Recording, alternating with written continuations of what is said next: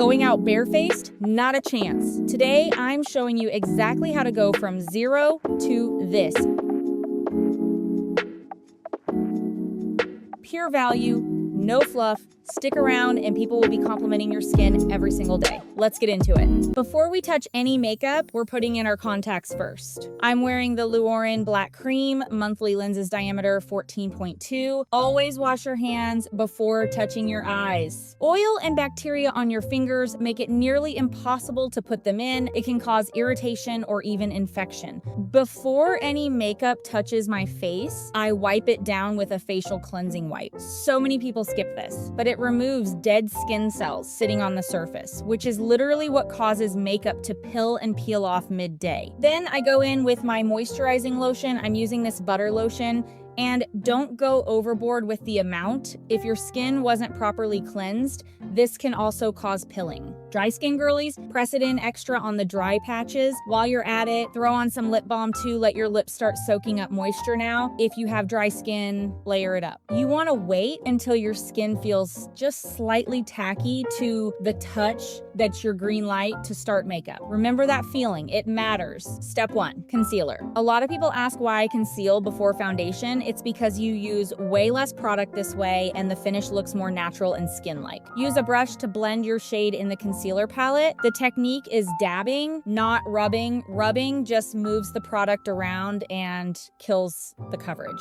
For dark circles, I use a tiny amount of salmon toned concealer and tap it on. Salmon color neutralizes the blue-purple undertones in dark circles way better than just using a skin tone shade. This trick is seriously underrated. Write it down. Next up, foundation. If you've never tried applying it with a brush, please give it a go. It gives you the most lightweight, natural-looking base. The key to brush application is thin layers, built up gradually. Start from the center of your face and blend outward. Keep the T-zone super light, and you can build up more where you concealed. Gently press on the eyelids and make sure to blend out at the hairline and jawline. A harsh line there instantly reads as a mask. We don't want that. Now, contour. I'm using the Contour stick. I start by lightly sketching down both sides of my nose bridge, which makes it look higher and more defined. Then I blend it out with a brush, making sure the edges are completely seamless, any visible lines, and the whole effect falls apart. For the face outline, I use a bigger fluffy brush along the jawline sweeping up toward the ears. In photos and videos, this makes your face look so much slimmer. This step is non-negotiable for anyone filming content. Blush time. I'm using a cream blush today. Cream formulas melt into skin, so naturally they look almost like a flush from within rather than product sitting on top. I'm using an angled blush brush to pick up the cream,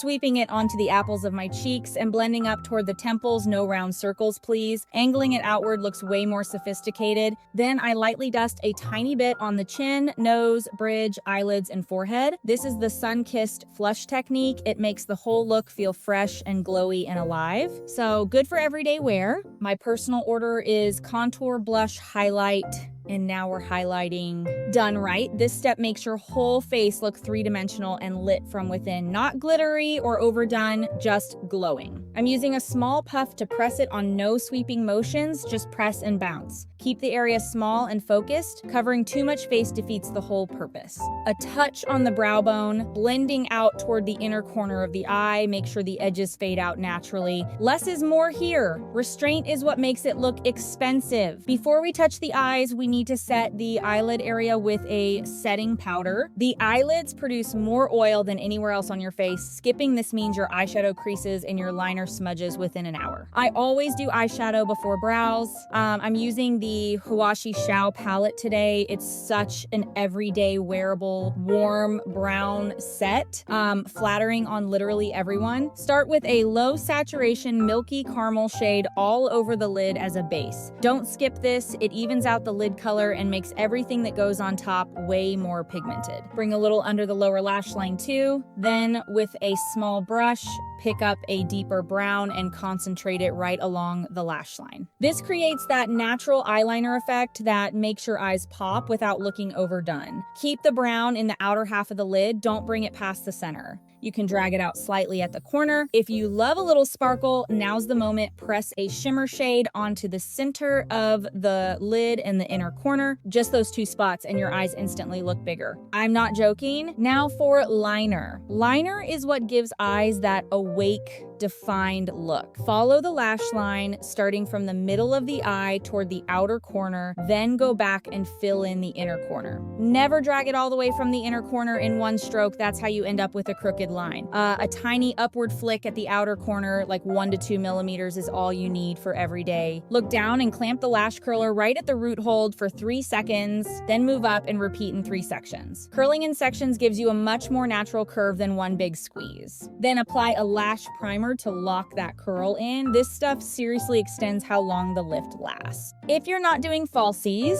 just follow with 2 to 3 coats of mascara, wiggling in a Z motion from root to tip. Let each coat dry before the next so you don't get clumping. I'm applying false lashes today, so I'll skip the mascara. Before gluing, always hold the lash against your eye and trim any excess from the outer end. Apply glue. Wait about 10 seconds until it gets tacky. Brows are up. I always start with a brow gel before penciling it. Creates a uniform color base so the whole look feels cohesive.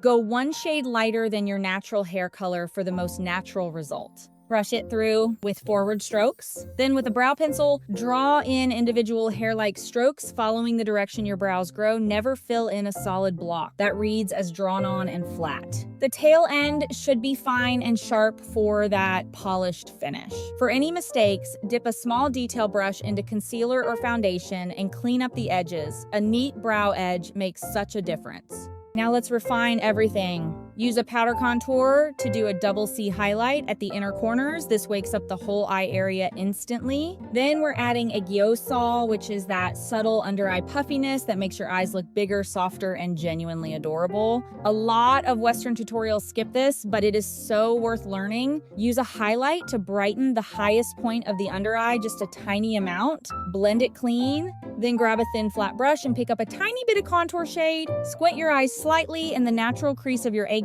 will appear. Follow that line very lightly. If you press too hard, you'll end up with 2 dark stripes. Blend it out immediately with a soft brush. Go back with the flat brush, pick up a bit more contour, and draw along the lower lash line to deepen it. Then switch to a brown eyeshadow and layer it on top for a softer effect. For every day, this is already plenty, but since we're filming, I'm going in once more to slim down the nose tip and sweep contour up along the jawline again. Then using the peach pink side of the Chianyan dual contour, place it just below the center of the eye. This adds the warmest, most flattering flush right where you need it. Finally, a fan brush loaded with a powder highlighter. Powder is so much better than liquid highlighter over a full face of makeup. It won't disturb your base at all. Sweep it on the cheekbones, brow bone, nose bridge, inner corners, and Eyeshadow. And I always add a tiny beauty mark on my nose. It's such a small detail, but it gives the whole look so much personality. Last step, lips. Grab a lip liner and outline first. If your bottom lip is thinner, slightly overdraw it. Define the Cupid's bow on the top lip with intention. A clear shape here makes such a difference. Make sure to get all the way into the corners of the mouth. Leaving those bare makes the lip look short and unfinished. Apply your lip color, then press an extra layer right in the center for that gradient effect. It adds dimension and makes lips look naturally fuller. And the makeup is done.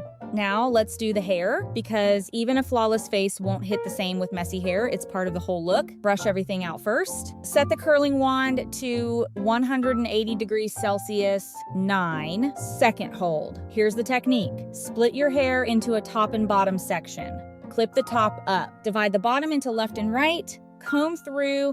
Take a small section about this much, insert it into the barrel slot, point the ends downward, and press the button. Once it beeps, release and put it down gently. Don't shake it out yet. Let it cool in the curl for a few seconds. The back section gets split into 2 parts. Wand on my left side means I press the left button, beep, release, move on. Same on the right. Take a section, comb it through first. This is important. Use the right button when the wand is on the right. Once the bottom is done, let the top hair down, split it in 2, put the very front sections aside.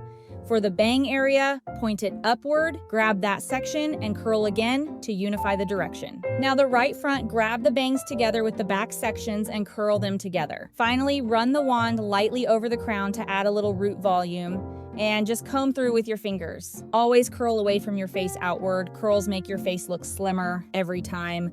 Once it's all done, gently shake the curls loose with your fingers. Don't pull at the sections. Separate strand by strand for the most natural, effortless wave. And that's it. From bare skin to a full glam look, this is the complete everyday makeup and hair routine. Thoughtful technique at every step, the kind of look where people stop you and say, "You look so good today, are you glowing?" If you got value from this video, hit like and save it so you can come back to it. Drop any questions or requests in the comments. I read every single one. See you in the next one. Bye.